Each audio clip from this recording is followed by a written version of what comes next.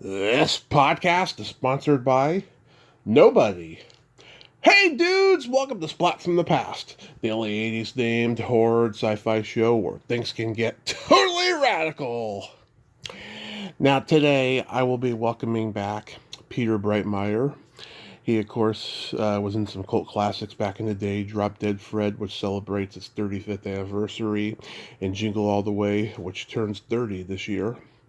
And we are going to nerd out on the entertainment of our youth, talking about film, television, and music, and catch up on whatever else has been going on. It's going to be great to have Peter back on today. Such a great guy and a great conversationalist, and I'm pretty excited. And June summer is just so great, and it's going to keep on getting greater. I am so excited for the month of June. And okay, I'll just face it, my birthday is on Saturday. Okay, I'm gonna be 43. I'm going through a bit of a midlife crisis, and I'm a little lonely. I want to get myself a woman that I can spend the rest of my life with, and I refuse to do the dating apps and going to church and going to bars and places like that. And speed dating, I refuse to do that. Most of all, I did that once, never again. Oh, that was awful. But I put my faith in God that I will find the one eventually. Don't know how, don't know when, but it will happen. So yeah, here is my new interview with Peter Breitmayer.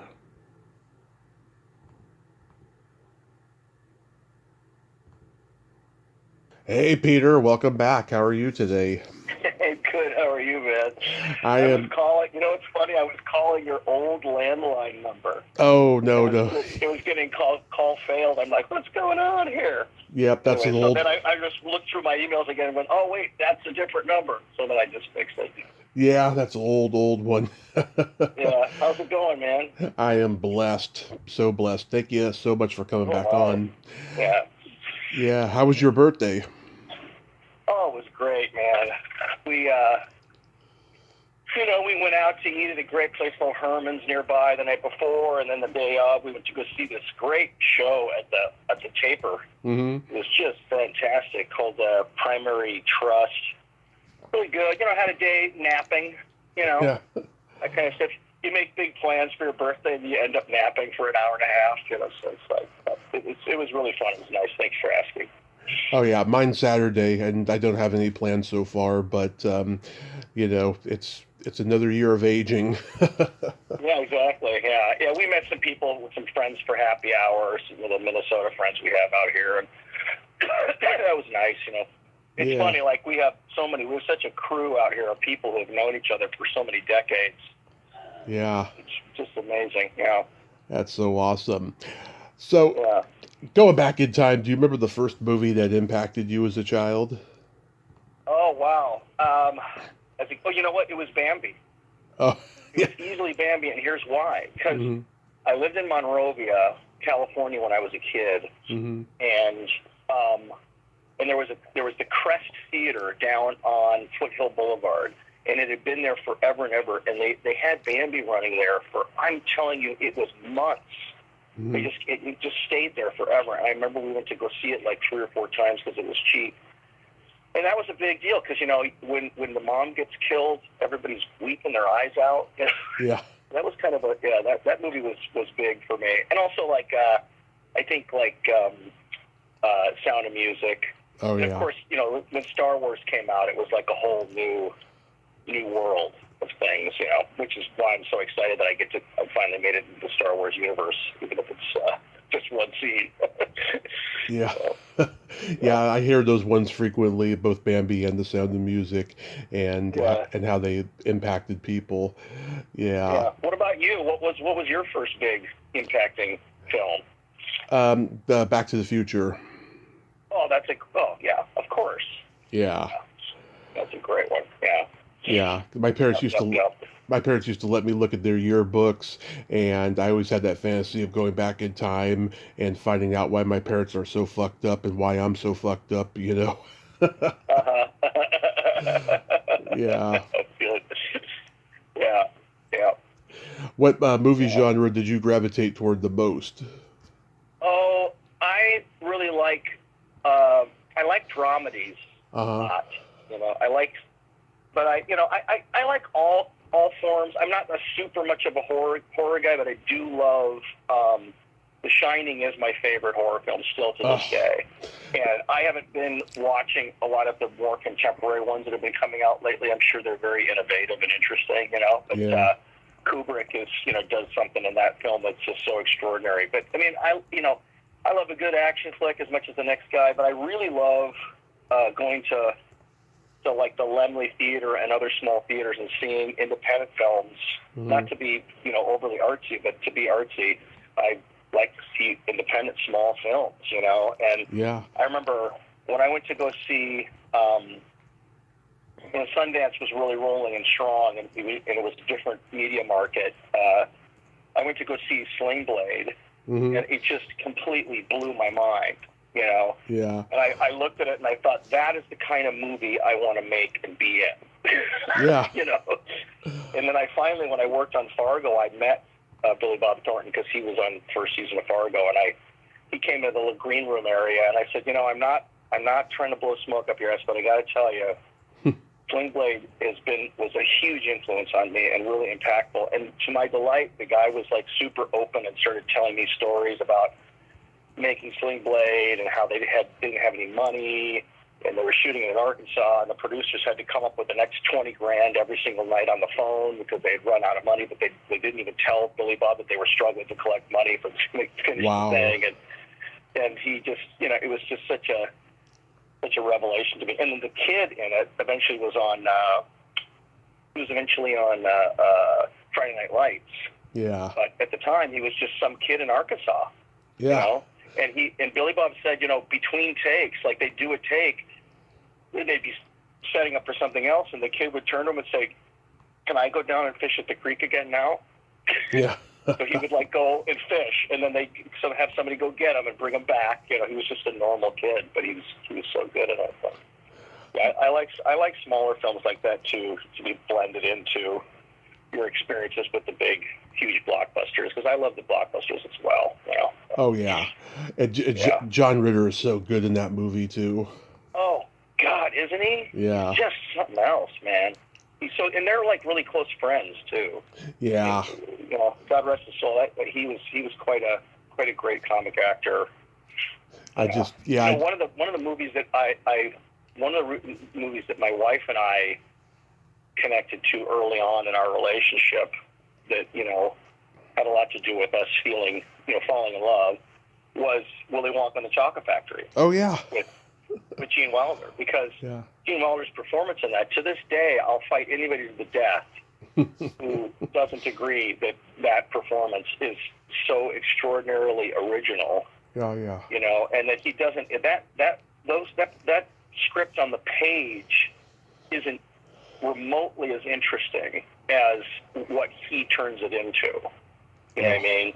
And it is interesting in a lot of the stuff that's not in the Chocolate Factory. But once they get the Chocolate Factory, somebody else could have just ruined that, and he just elevates it into this incredible thing. And I love all the strange stuff in that movie about when they're doing all this stuff with the newscasters, when the chocolate bars are out there, and the newscasters are reporting on people finding the next ribbon. And there's the Paraguayan broadcaster. There's they're all over the place, and then the woman whose husband gets kidnapped. And the kidnappers want her boxes of chocolate bars.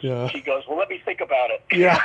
No, how long have they given me to think about it? How long will they give me to think about it? It's just so good. Oh, like the kind of guy who has seen a lot of flicks. I have. A lot of movies. I have. My mom worked for the cable company, and my grandmother in my early years would just take me to the video store that was like around the corner from our house, and I was so lucky I got to see everything.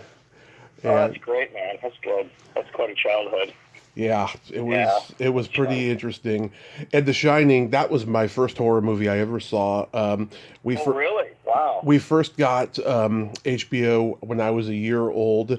My parents did not like horror, but they loved Jack Nicholson, right? So Yeah. we had to watch it whenever it was on, and it just terrified me. And then when I was about 7, it was on USA Network, all chopped up, and I revisited it in that form, and then pretty soon it was my go-to horror movie every year and stuff. Like I watched it this past Halloween, you know, Yeah. and I just love it. The Shining is one of my absolute favorites. I'm so glad to hear you say that, because it really is my absolute favorite of all time. And I just think it is he does not suffer fools in that movie. Yeah. Kubrick. I mean, it's so complex, so interesting. That bathroom scene when he's in there and the guy's cleaning him up. Yeah. And he discovers that guy's the. I mean, it's just fascinating, you know. Yeah. The look of it is extraordinary. I mean, you know, it's Kubrick, so of course the look of it's going to be extraordinary. But yeah, I do love that movie. Yeah, and Shelley Duvall is great in it. The kid is great in it. Yeah. Scatman Crothers is great in it. You know, Scatman Crothers plays the. Yeah. He's kind of a. Yeah, he's sort of a man. Yeah, he's an interesting guy. Yeah, but yeah, it's a pretty great flick.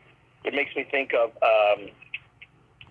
what was the other movie that really kind of struck me, because I had never seen anything like it, and nothing like it had been made like that. Was as a kid, I think 13 years old, 12 years old, my mom and I and my mom's friend and my sister got hauled to the movie theater, and we saw Apocalypse Now. Okay. Yeah. And nobody had ever made a movie like that. Mm-hmm. I mean, that movie is unlike anything up to that point that had ever been made. And when we left the theater, we were completely silent.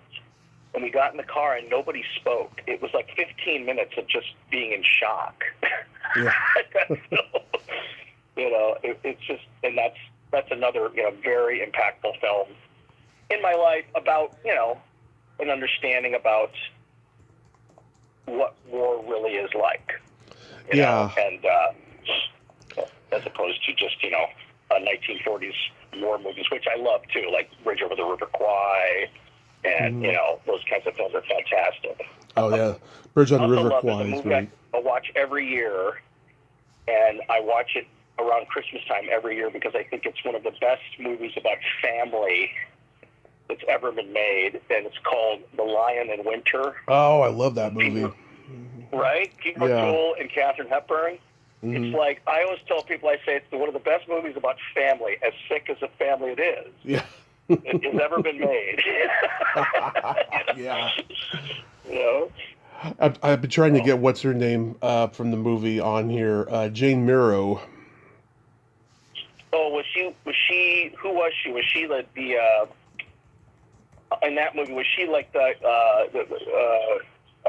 king's like new lover, the one he wanted to get married to, or who is she? Oh, she was what's his name? Oh, Timothy Dalton's half sister and Henry's mistress, Peter O'Toole's mistress. Yeah. Yeah. She was great in that film. Yeah. She was great, and just the way that Katharine Hepburn dealt with her, you know, and how frightening that Katharine Hepburn was to everybody who came into the room with her, you know. Yeah. Because of her manipulation and ability. Although I think the original play was written by, is it David Raby who wrote that? I can't remember who wrote the original play. The play, the movie's a little bit different than the play, but there's a lot of dialogue in the movie that's exactly the same as the play. James Goldman wrote it. Ah, okay. Yeah. Like, what did you like for like comedy film? Oh, I love. Let's see. What do I love? Zoolander. Yeah. Makes me howl. I love Steve Carell's films. Mm-hmm. I love.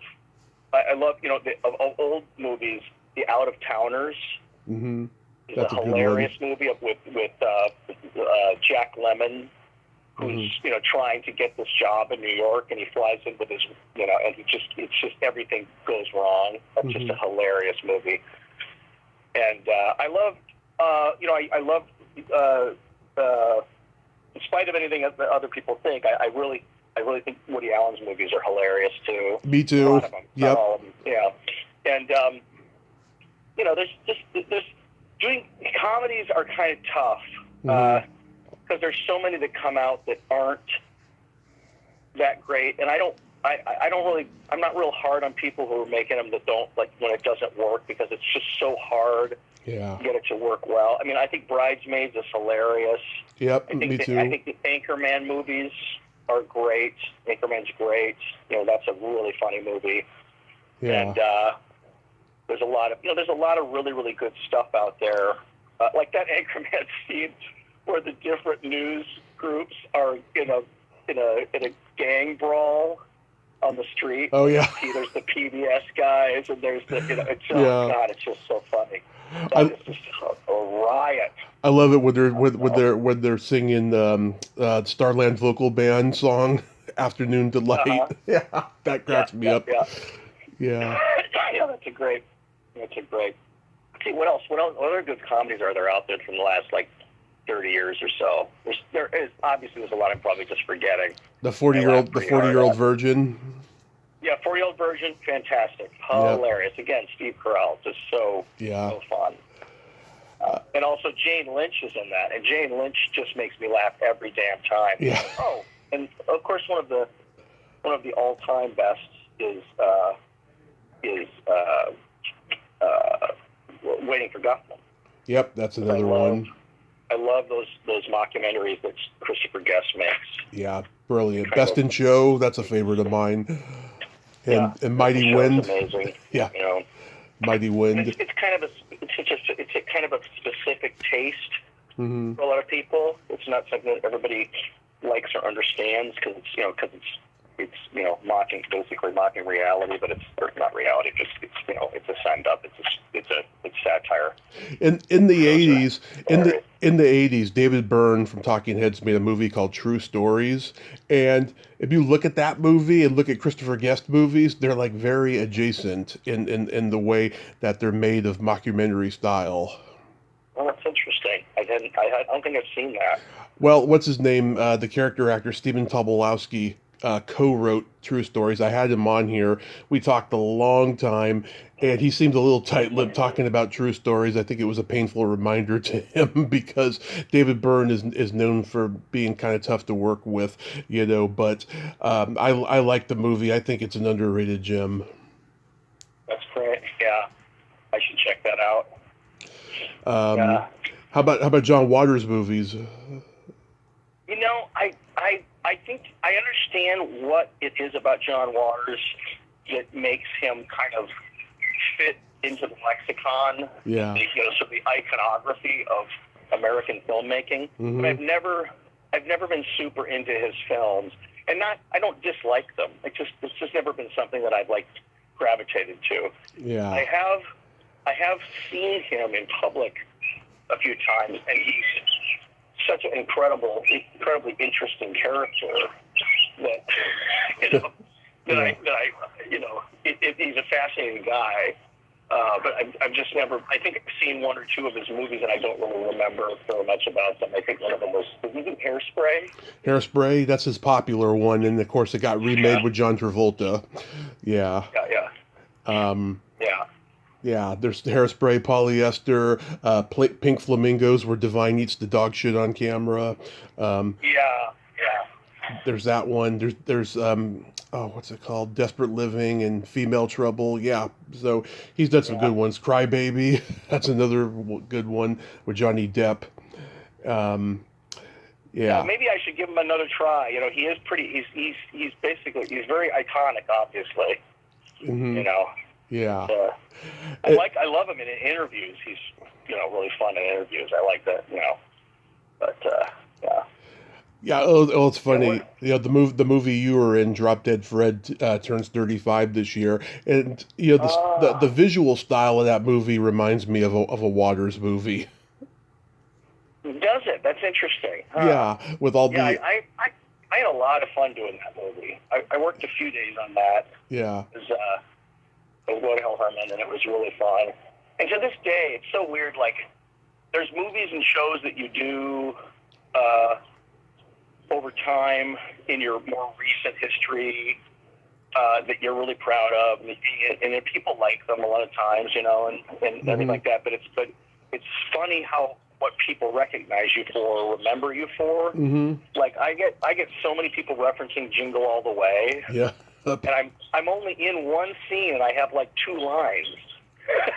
It's memorable, people Peter. Go, oh, I thought you were in Jingle All the Way, Yeah. And then my former brother-in-law was obsessed with Drop Dead Fred. Mm-hmm. Loved the movie, Yeah, I've always been as well. I read recently the director took the movie because he was sexually abused as a child and thought that he could relate to Elizabeth very well. Interesting. Okay. Yeah, I thought that was pretty heavy finding that out. Yeah. Yeah. It was pretty heavy. Yeah, that was it was a unique film, and and he's in Rick Moranis, not Rick Moranis, Rick Mayall. Mayall was really funny in it, and it was fun because it was shot in Minneapolis, right? And, Yeah. But what the funny thing is that Siskel and Ebert that year had it on their top 10 worst movies of the year. Yeah. And they just raked it over the coals, And I thought, I was like, and I was like them. I was like, it's not that bad. Come on, man, it's pretty fun, Yeah.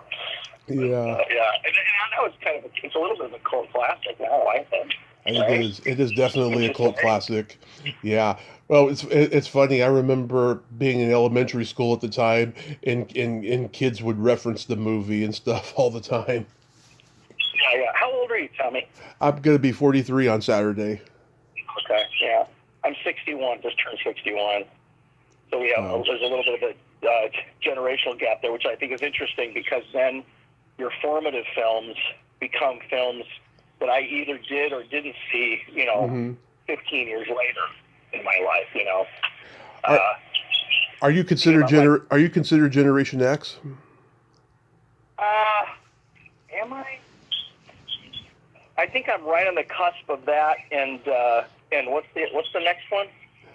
X and well, let's see. I think I'm pre-millennial, not Boomer. exactly. Yeah, I think I'm right on the I think I'm right on the back end of Boomer, and right at the beginning of X, because that's 1965. Yeah. I was born. Yeah. Yeah. Yeah, I love that. Like I like a lot of those films, and they're kind of dude movies, but I really think they're great. Mm-hmm. A lot of those films from the studio era of the late 60s, early 70s, Mm-hmm. mid 70s, that were very independent in terms of the studios hiring, getting really good scripts, hiring really good directors, and kind of leaving them alone. Right. So the Chinatowns and the Conversation is one of my favorite movies. Love it. I love him in that. I think that he's that he was never trained. He never did. He lived roommated with people like Dustin Hoffman and other people in New York, and he never went to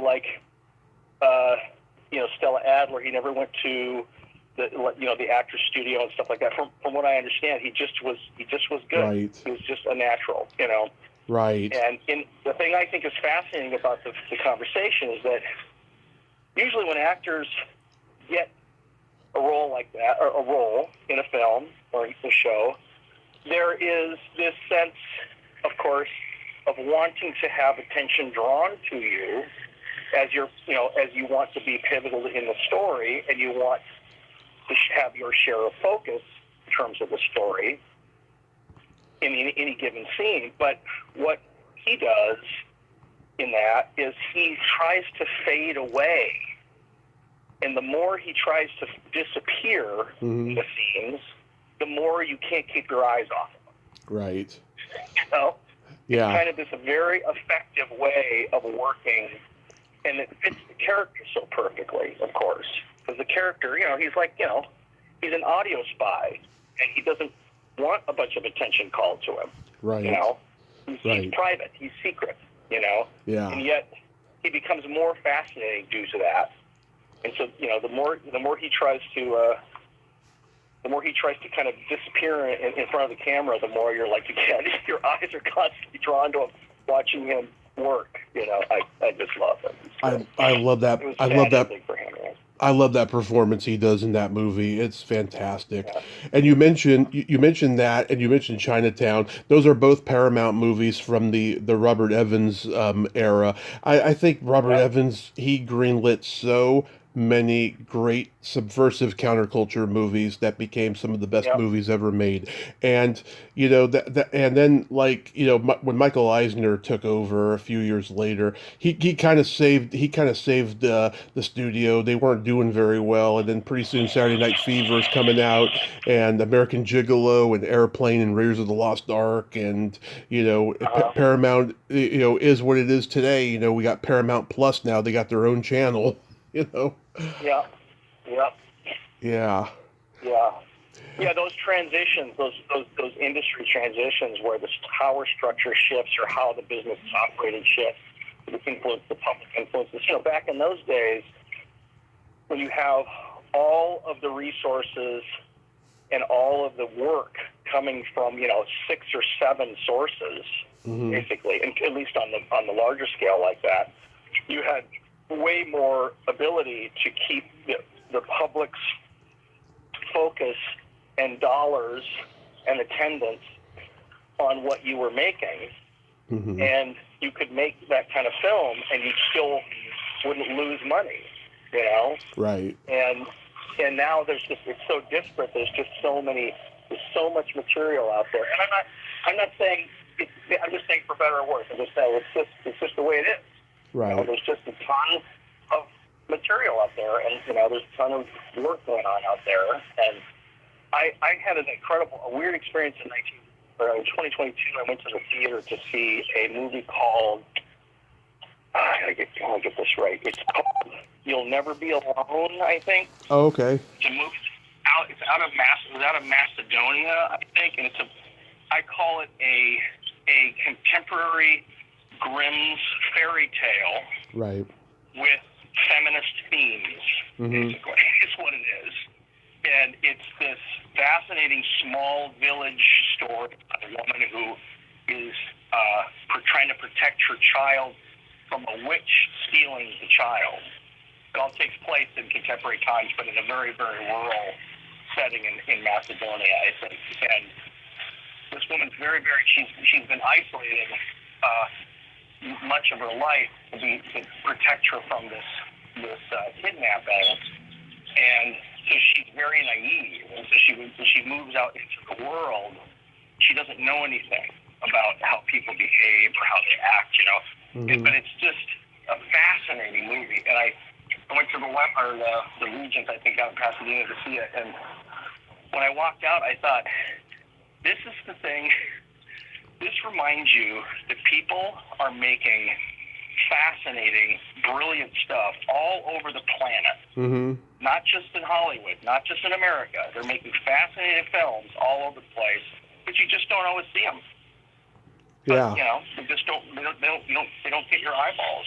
So you have to really make an effort to either find them or know something about them to get yourself to watch them. I mean, I'm always kind of blown away when I see some of these foreign films that are so entertaining. I do this weird side job sometimes where I do English dubbing for foreign language series and foreign language movies for Netflix and Disney and stuff like that. And so I go into a booth and I do the English overdub for some series, and I've done like South Korean series. I've done I've done Catalonian movie. I did this Israeli sex comedy movie that was really, really funny. It was so funny that I was laughing while I was trying to tape. It was hard to do it. Yeah. And I did this Danish crime drama. I've done all these weird things, and I like watch these shows, and I'm like, I just look at how good they are, most of them, And of course, I'm watching them in the foreign language, so I wouldn't be able to tell if they were as good as if I was somebody who lived in that country, As far as the way they look, and as far as like the acting, just watching it, it's just, there's a lot of material. I did like a Polish comedy about college students doing some sort of silly sex study in their dorm. and getting in trouble with the dean, and I played the dean of the college, and it was just silly and hilarious, you know. So anyway, it's interesting what's out there. Did you have any movie star crushes? Let's see. Who did I have a crush on? I loved Madeline Kahn. Oh, best. Yeah, I had a huge crush on her. Early on, I really loved, what's her name? She was dark, short hair.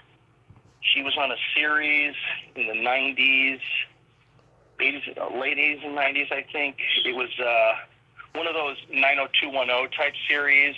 Shannon Doherty? No, not Shannon Doherty. She had short black hair. She was like, I can't remember her name. Anyway, for a long time I was obsessed with her. But Lisa Rinna? I just like, huh? Lisa Rinna? No, can't remember. It's not coming to me. Okay. I was always like, my crushes always kind of veered toward actresses that were just incredibly good, like Meryl Streep and stuff like that. Yeah. And the actors now that I am absolutely the most drawn to and fascinated by are middle-aged women. Yeah. And not because I'm a middle-aged man. I think it's because there's a maturity level and a depth that these women are working in. Like it's the Meryl Streeps, but it's also the who was the woman in Justified? She's an older woman. She played the drug kingpin in the Appalachian Mountains. She's done a bunch of stuff. I mean, she's really great. And then like in Ozark, the woman who played the wife of the poppy in the poppy growing couple. Have you seen Ozark? The show Ozark? No, I haven't watched Ozark. Oh yeah, you'd love it. It's great. You know, there's all these women out there. Laurie Metcalf. She's amazing. Yeah. She's. I'm gonna go to New York and see her in the Death of the Salesman that's running right now because she's just fantastic. Yeah. Natalie Wood was a big one for me. That's great. Yeah. Yeah. Cary Grant was another because I'm bi, and Cary Grant. What an incredibly handsome guy and charming and just so interesting to watch. You know, like he had that triple threat just like the Brad Pitts of the contemporary Brad Pitts of the world, where or what's the other guy? The guy that did that guy in the thief on a roof where he goes inside of the toy store. He lives in the toy store. Oh, that guy's name. Oh yeah, I know what you're talking about. I can't think. Yeah, there's these actors out there now who are all so charming, good-looking, great actors, really funny, and they can sing and dance on top of it. Yeah. Oh yeah. I mean, so I could totally see Cary Grant. Well, they kind of sing and dance back then too, especially comedians. Comedians sing and dance because they came from vaudeville, and they would just be that triple threat, and Cary Grant. Look, I gotta say, I love the movie Charade, and that was his third to last movie. If he had ended on that, it would have been fantastic because he is so good in that movie. I think it's the best acting he ever did, quite frankly.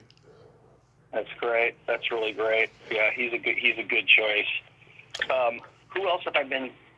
Oh, who I had the hugest, crush on for the longest time, but not an actor, but it was Anthony Bourdain. Oh, okay. And I would tell my wife all the time, I said, man, if I was going to make out with any guy, it would be him. And what did she say? She laughs. My wife is like, my wife is bi, so she laughs. She doesn't care. Oh, she's I love that. By saying that kind of stuff. Yeah, we've been married for like 27 years. Yeah. Oh, that's wonderful. God bless you. We both have our little lists of people that we would need permission from the other. Yeah, so I love that. I've always, it's really fun. I've always I've always said, if I could have another career, it would be Anthony Bourdain's career. I'd be the second Anthony Bourdain, going all over the world, not just eating, but like how he was so in tune with the places that he would travel to. Yeah. And he just did such a fascinating voiceover about being connected to these different places and people. Yeah. Yeah. Yeah. Yeah, that was a sad ending to his life, unfortunately. Very sad. One of my favorite actors of all time, and I emulate, is Philip Seymour Hoffman. Oh yeah. And that was an incredibly sad ending, obviously too. But yeah, his work has been like kind of the North Star for me, basically. He wins the Oscar for Truman Capote in probably one of the toughest Oscar years ever, because he was up against Joaquin Phoenix for Walk the Line and a few others I'm blanking on, and that was a tough year, and he got it, and I was so happy for him because I did love that performance. Yeah, me too. And you know what's funny about that year too is that, unfortunately, just out of coincidence, there was another movie about Truman Capote that came out of England, with the lead being played by Toby. Oh, he's in that series, The Detectorists. He's a great British actor. He looks a lot like Truman Capote, and he did Truman Capote too. And his basically in the States just got completely ignored because of Philip Seymour Hoffman's portrayal, But I've seen Toby's. I can't remember his last name, but I've seen him do it too, and he was incredible. Yeah. Yeah. So getting into television, what sitcoms did you watch growing up? I loved All in the Family and MASH. Me too. I loved Saturday morning cartoons were a big thing. So all the weird shows that they made for Saturday morning kids, but the guys were on drugs when they made them. So Schoolhouse Rock. What'd you say? Schoolhouse Rock. Yeah, Schoolhouse Rock. Yeah. Love Zoom. Zoom. Zoom. Yeah. And then also, I love what's the one? HR Puff and Stuff. Yep, the Krofft Brothers. Yeah, the Krofft Brothers. That was crazy shit. You're just like, oh my God, this is nuts. I know. You look at it now and you go, what were they thinking? And the way that they shot those shows, they shot them on video, which was common, but I don't know, they made it look so much different. They made it look like someone did it in a cable access setting or something. Yeah. It looked very unique, Yeah, and they were on LSD, so it was just like crazy, I got to interview Sid. A few years ago, and it was amazing, man. I mean, it's funny. He finally told the truth about his origin story, because he always lied and said that he ran away with the circus when he was a kid, and he said no, that was completely fabricated, and he told the truth, and we talked about all his successes, and we had a shitload of technical problems. It was a rare snow day in California that day, and I spent 12 hours editing that, but I was just so honored that I got to talk to him. Yeah, that's a great get. That would be a great conversation, because he's just from a completely different era, Yeah. So people from that era always have fascinating Hollywood stories. That's really funny. Always. See, what other? We watch Three's Company a lot. We watch. Me too. Later on, watched Cheers when that came out. Yeah. We liked. What else is in the '70s that we watched a lot of? Besides those Saturday morning cartoons, my family watched the Waltons all the time. Oh yes, I'm a huge Waltons fan. I've talked to Judy Norton, who played Mary Ellen, and I met her at the Hollywood show last year. She's a sweetheart, despite the fact she's a Scientologist. Yeah, it's I've kind of stopped being prejudiced against people for that. I studied at the Beverly Hills Playhouse a while back, and I'm not a Scientologist, but I got really, really good training there from my teacher there, who was fantastic, and and there was Scientologists in the class, and nobody tried to convert me, and so sometimes the tone was a little bit odd, but I would sort of make a joke about it because I'm not intimidated by that, Yeah. But yeah, there's just so many Scientologists around that are soft Scientologists. Mm-hmm. Yeah. And, this friend of mine, Samantha, she grew up in it with her parents were in it, but you wouldn't even know. She barely brings it up, Yeah. Because I think she's kind of a lot of people have drifted away from it anyway. But yeah. It's kind of people give oh come on, Breitmayer, where's your head? Tom Cruise a lot of shit. Yeah. The thing about Tom Cruise is that he his brand, his personhood has, in a lot of ways was a seminally important aspect of reviving people going back to the movie theaters after COVID. Oh, yeah. He just really, he's a driving force out here. And, love him or hate him. And his movies are fun. The Mission Impossible movies are great. I love every one of them. Mm-hmm. And it's not like, he's a good actor. He's a solid actor, but he does all those stunts, and he kind of, drives these big machines, quote unquote, these big tentpole movies that get people interested again. So I got to give the guy credit. I've never met him. I don't know him. When Risky Business came out, I mean, that was a game changer, not just because of his performance, but just the whole movie in general. Everyone was like, what the fuck is this? Teenagers getting involved with the mob, Yeah. It's such a good movie. It's hilarious. Yeah. And that shot of him, when the final thing that he has to buy back of his parents' stuff, and it's that crystal orb or whatever, and the guy throws the orb, and he has to run and try to catch it before it hits the ground. Yeah. Really funny. And I'll tell you, one of the hottest sex scenes ever is him and her on that subway. Oh, I actually prefer the one with him and Sarah Partridge in that fantasy when the cops raid the house. I prefer that one, and I've had Sarah on here. I've had Sarah on here twice. She's a very sweet, humble lady, and she says her and Tom Cruise are still friends to this day. They talk every now and then. That's great. Yeah, that's really great. Yeah, that is a great movie. I remember I remember seeing the first time in the movie theaters and thinking, this is just so original, and also like along the same lines, Ferris Bueller's Day Off. Oh, one of my faves. Such a unique film because it's a very fourth wall breaking movie. Yeah. Where he's talking to the camera, blah blah blah, and it's just like it's a really good movie. I like that film. Did you watch late night talk shows growing up? Yeah, the first big one was David Letterman. Yeah. Because he was a new kind of edge compared to Carson. Nothing against Carson. Carson's a legend, everything. Mm-hmm. But he was the first, and so we watched him in college all the time when he had only been on for a couple of years at that point. I went to Gustavus Adolphus between 83 and 87. Excuse me. And we would watch in our dorm rooms at night, because he was just so different than others, Yeah. And he's still interesting. He kind of was he was on one of Colbert's last episodes, and he's still out there doing this and that. But yeah, watch that. We always watch Saturday Night Live. Saturday Night Live was a pivotal. In fact, right now I'm reading that book, Lorne. Oh yeah. About Lorne Michaels. It is a fascinating book. So entertaining. People, the movie Lorne, or the movie about Lorne Michaels that they made, or there's a documentary, but there's also like a scripted. I want to see the documentary. I heard about it. Yeah. Yeah, but this book has just got so much detail in it. It's just really, really entertaining. And so, Saturday Night Live was a big influence for everybody in my generation. Oh yeah, and SCTV. Yeah, SCTV, loved SCTV. Like I was one of the absolute geeks in the 70s and early 80s, so I was way into Monty Python.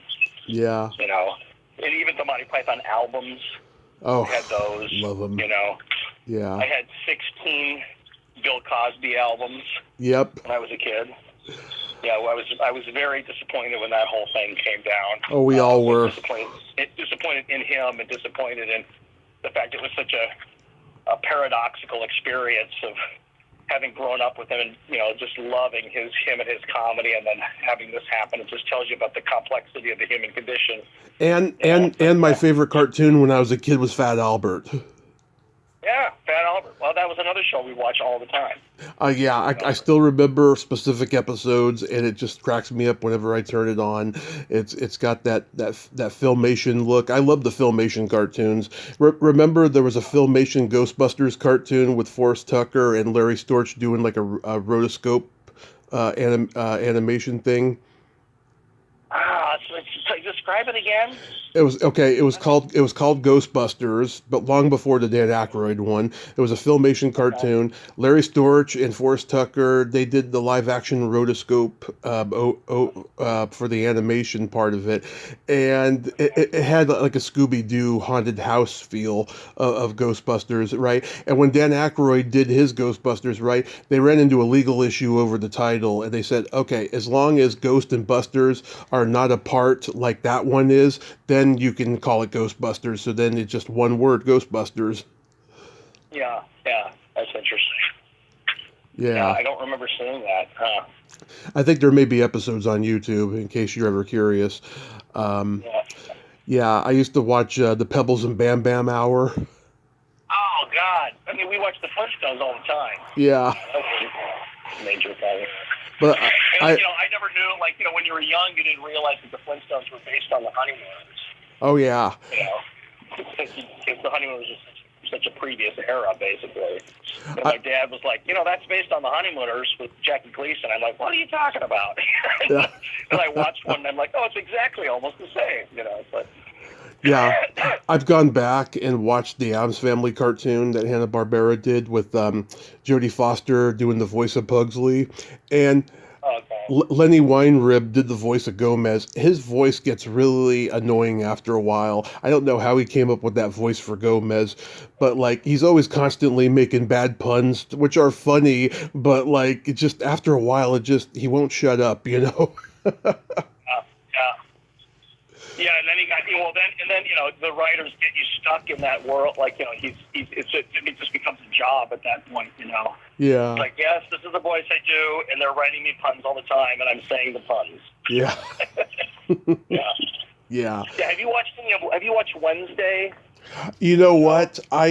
Last few years I've been meaning to do that, right? I heard that they canceled it for good, but I will go back and binge watch, what they had of it. Yeah, it was good. I mean, Michelle, my wife and I really liked it. I thought it was interesting. Yeah. My friend Christopher Hart, it was the hand in the Addams Family movies. Oh yes. So he tells the story of going to audition to be the hand. He's a longtime magician. For some reason I have a lot of friends in the magician world because when I did the Triple Espresso, this live show Triple Espresso for years back in the day, they hired magician actors because there was one role in it that had to do sort of magic acts in the first and second half of the show. It was sort of we called the show, it was like a new vaudeville show. It was a play, but it also had variety acts in it that the three guys in the play would do, and they used to be a failed comedy team and blah, blah. So there was always a magician. So they had multiple casts of the show Triple Espresso, and so they would reach out to guys like my cousin Scott Servine, who was a award-winning magician back in the day. Now he's a filmmaker, and Christopher Hart, who still is doing magic all over the world, going to China, going to Korea, blah blah. And he got called in to the office of somebody at Warner Brothers. I can't remember who it was. And the guy talked to him for a while, and he goes, "Okay." So he tells him to put his hand up on the desk. And then he starts to give him different, the guy sitting across the desk, the suit, sitting across the desk starts giving him different emotions that he should be depicting with his hand. Right. And he just starts doing all these things with his hand because he's a very adept magician, a card magician. I mean, does a lot of stuff in his act, but his fingers and hands he can manipulate all kinds of stuff. So and his fingers are really, really long. Yeah. And so he just starts doing these hilarious little depictions of this hand who's sad, the hand who's scared, the hand who's running away, the hand who's pensive, the hand who's angry, and he's doing all these different things. And he did 10 different emotions with this hand and moving his hand around the desk, and he got done, and the guy goes, "Okay, you got the job." He ends up being the hand in all the movies. Oh, that's great. Yeah, that takes a very specific skill, which is why he got the job, Absolutely, yeah. So getting into music, do you remember the first album you were given or you bought with your own money? Well, it's gonna be a weird one. Are you ready? Oh yeah, go ahead. The first album I ever bought with my own money was the Yessongs triple album by Yes. Okay, that's a good one. Yeah. Yeah, and for some reason I was really into Yes, And so I loved that album. I was really into Rick Wakeman, and I don't know. I was weird that way. I was kind of into geek rock stuff, you know. Yeah, that's good. I also like the conventional stuff too, you know. But yeah, that was my first album. Yeah, it also came with a concert movie too, the Yessongs, and I believe that's on YouTube. My dad, when he was 15, he went to the drive-in to see Pink Floyd live at Pompeii, and I know that that's a short one, like just an hour or over an hour, and I'm thinking, God, he must have saw it on a double bill because that's a very short movie. Yeah. So my wife and I actually went to go see Roger Waters' The Wall. Oh, I saw it. I saw it back in 2012. They came to San Francisco and they did at AT&T Park, and I loved it. But there's people, you know, I met on the train who were unsatisfied with it. They were like, "Oh, there's a lot of pre-recorded shit." I'm like, "No, there was some live shit in that thing." Oh, absolutely. Yeah, and ours, it was like they even had some technical issues, and he stopped singing and playing this one. I can't remember which song it was, and waited for them to solve this problem. So I just thought it was great. The Wall, basically, we saw it at USC Stadium, and they ran the wall from one side of the stadium all the way across the 50-yard line to the other side of the stadium. Mm-hmm. So the crew and everybody backstage was half of the football field, and then we were on the other half of the football field in the stands and on the floor, you know. Yeah. And they had, you know, you saw it. They had the plane crash. They had everything, you know. And you know, Roger Waters is an asshole. Yes, he is. But he's a fucking dick.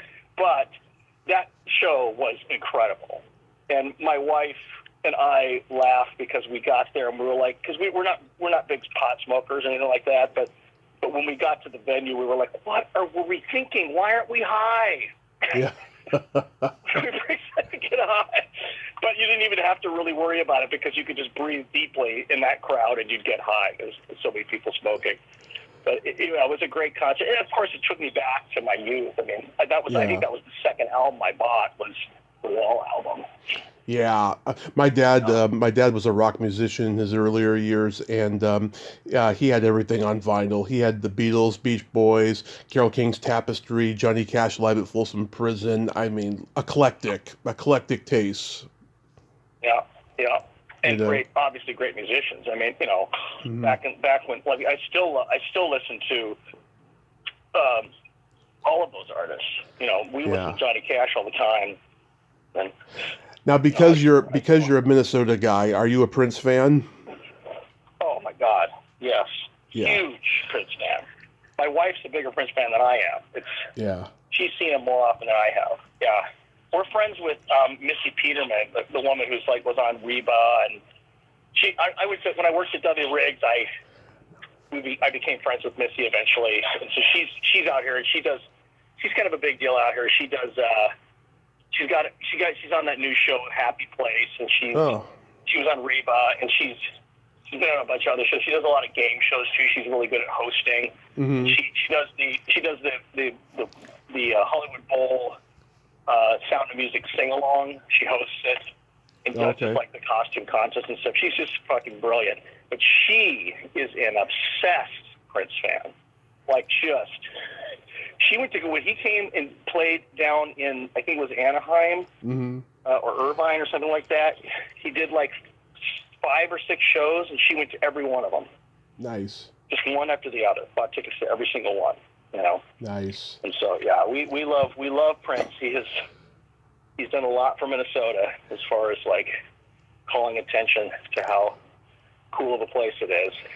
I interviewed a woman. She wrote a book about Purple Rain, and she sent it to me in this beautiful purple velvet case. And it's a very good book. She got to meet him in 2014, and he could not understand why people still loved Purple Rain all those years later. Well, yeah, there's a lot of weird reasons why people attach themselves to stuff, but I still think it was like, I have friends. My friend Wade Wilderson was an extra in it, you know, with his mom, and he was like excited as hell to be an extra in that film. You know, a lot of people in Minnesota became extras, and like going down to First Avenue, where he was taping a few of the songs for the movie. Yeah. And I have a funny Prince story. My roommate in college, my freshman year, lived on this lake at Eden Prairie, and one weekend I came home with him to meet his family to hang out, and he goes, come down to the dock, and we got on this boat, and he goes, I want to show you something.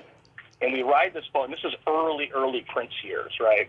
And but everybody still knew who Prince was, and he was coming out with great music, but it was still, his early time. And we rode across the lake, and he points across and points at this house with there's grass all, it's got a big huge lawn, and there's forest on either side, and it's just this really simple rambler. It looks like it's a 3 or 4 bedroom, 2-bath rambler, 1 story, and it's purple. Mm-hmm. And we pull up to the dock, and he goes, I don't think anybody's home. And we pull up to the dock, and he goes, that's Prince's house. And I'm like, you're kidding me. Like that, it's just like, it's almost too simple of an architecture, but it was purple, Yeah. We got on his dock, and we got up on his lawn, and we walked around his house a little bit, around the outside. We didn't break in or anything like that. And then we got back on the boat and took off. Like, that's the closest I'll ever get to Prince. Wow. Yeah. Do you remember your first concert? My first concert, I think, was AC/DC. Oh, God, I've always wanted to see them, and every time the opportunity came up, it never happened, sadly, but I grew up loving AC/DC. My dad had all their records, and I used to dress like Angus around the house. Like, every time he put those on, I was just dancing around. Yeah, I loved AC/DC, yeah. And on the other extreme, from AC/DC, which I grew up with, loved them, my favorite singer-songwriter, and still to this day has been, and I'll fight anybody to death who disagrees, is Joni Mitchell. The amount of influence she had on women singer-songwriters still to this day, happens. And I have I've been listening to her music since the 80s. And I'm listening, the best stuff, the stuff I really wanted to hear was stuff from the 70s. She had a more authentic impact on the folk rock movement than Joan Baez did. Joan Baez, I love her music, but there's only maybe 2 documented sources of her ever going to a protest rally out there. Yeah. Joni basically, her music was way more complex than Joan Baez's music, and she was a more complex person too. And she was the men in her life were incredibly jealous of her abilities and kind of treated her with a lot of sort of I discovered you kind of energy, And I went to go see her at the Bowl with Brandy Carlisle kind of hosting, and because she's become really good friends with Brandy Carlisle, and they had all these stars were there kind of in support. And she did all that. She gave the band and Brandy Carlisle 6 months in advance. Here's what the lineup's going to be at the Bowl in 6 months. So go away and learn the music, And then they had a bunch of rehearsals when it got closer to time, and it was amazing, But I wept because I was just so powerful, and the band was so good with her, and she's so big and so respected that on stage, Tommy, were Elton John and Meryl Streep sitting in the back row on stage. Wow. Not even down front with her.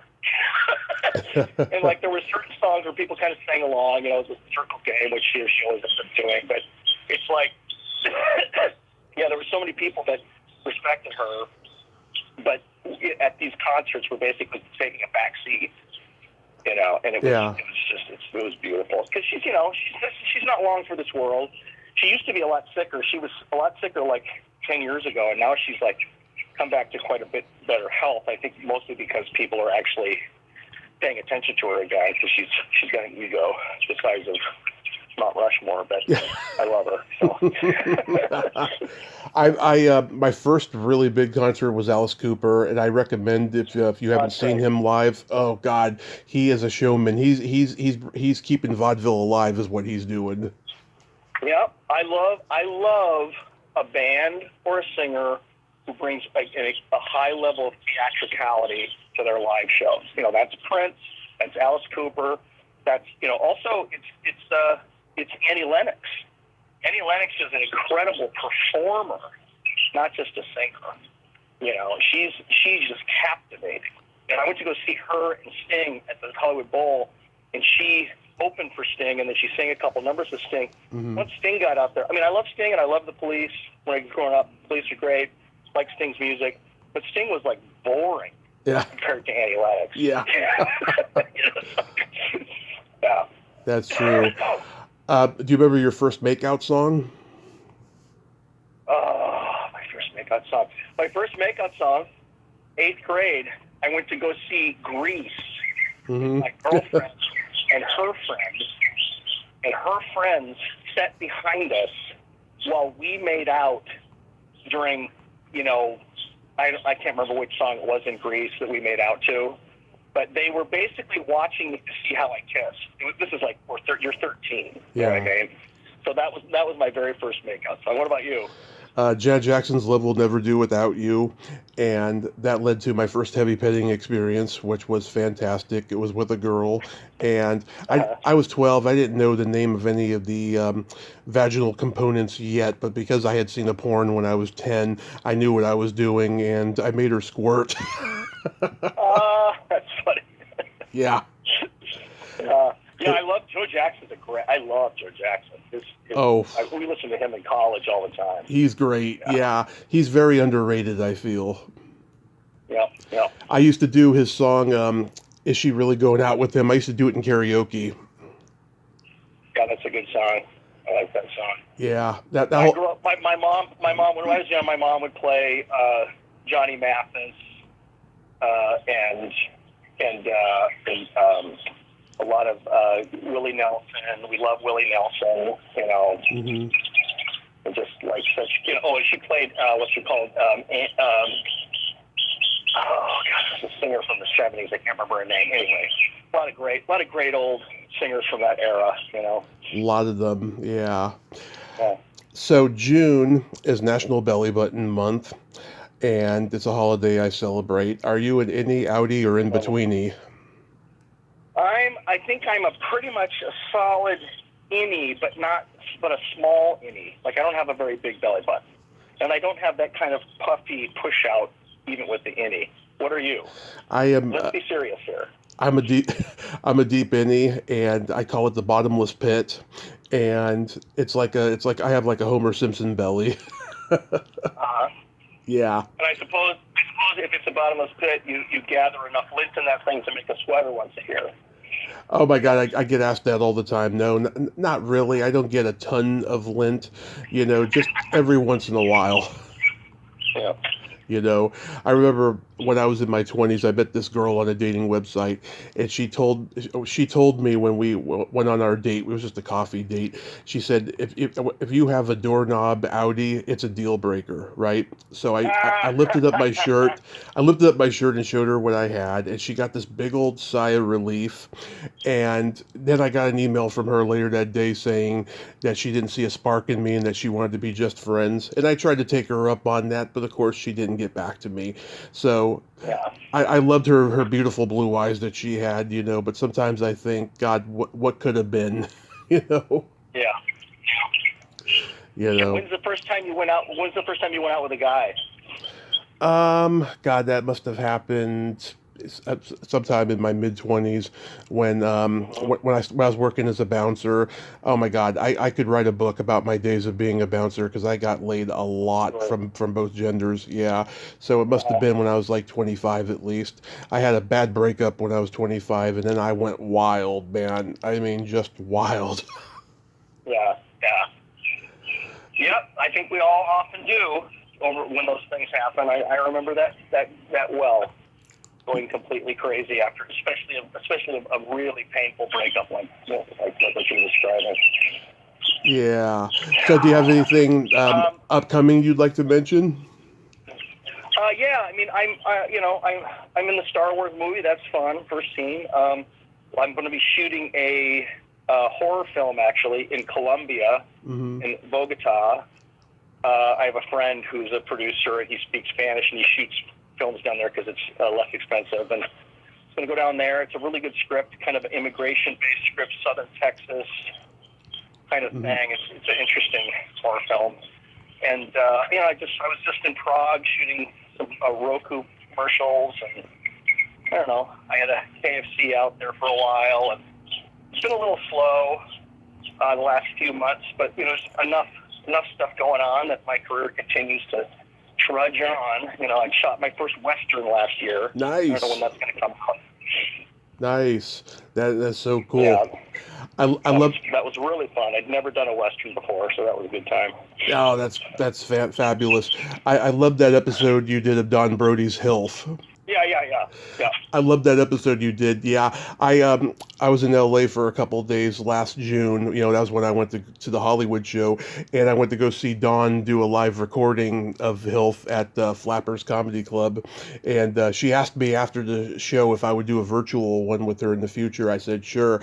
It hasn't happened yet. I'd love to Hilf Frances Farmer because nobody ever talks about her and like the shit that she went through, when she got committed to a sanitarium and stuff. So that is a really great, interesting Hollywood story, a sad story. And yeah. That's a fantastic movie, Frances. It's so sad. It's like it's almost sadder than a movie about the Holocaust, because it's so it's like you get to know her. It's one person. It's so that was a terrible thing to say. I didn't mean that, but basically what I mean is it's just the sadness of that film just kills me. Yeah. Yeah. That would be a good one to do with Dawn. I love Dawn. Dawn's the best. I love her. I do too. Yeah. She tried to make a joke. She tried to make a joke at my expense during the recording, and it was an epic fail. I was like, "What?" She I don't know. She was talking about shoplifting or something, right? And I don't know. I think she lost where she was going with it. So she just looked at me from the crowd and was like, "Tommy, have you ever shoplifted?" I was like, "No, I haven't." And there was this like awkward silence, and then she like moved on. It's just like, what? Yeah. I mean, I've shoplifted when I was little. Really? It's been a while since I've shoplifted. No, I have always paid for everything I've ever bought. Always.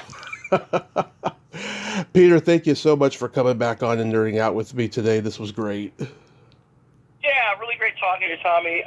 Good luck with all your adventures, and you have quite an impressive list of people there. You're such a charming and sweet guy. I have no doubt that you'll continue to get great guests, and I can totally see why your show has gone on for this long. That's very nice of you, Peter. I appreciate that so much. Thank you. Yeah, have a good one. All right? All right, you have a great day. Yeah, bye. Bye-bye. Well, there you have it. Peter Breitmayer. What a cool dude, huh? I just friggin' loved that compliment he gave me at the end there. That was so friggin' sweet. I try to be sweet. I try to be sweet. That's all that I try to do. That was so nice of him to say that. I'm really blushing right now. Well, until next time, this is Tommy Throwback Kovac saying, there's no shame in living in the past because the present sucks. Later, dudes.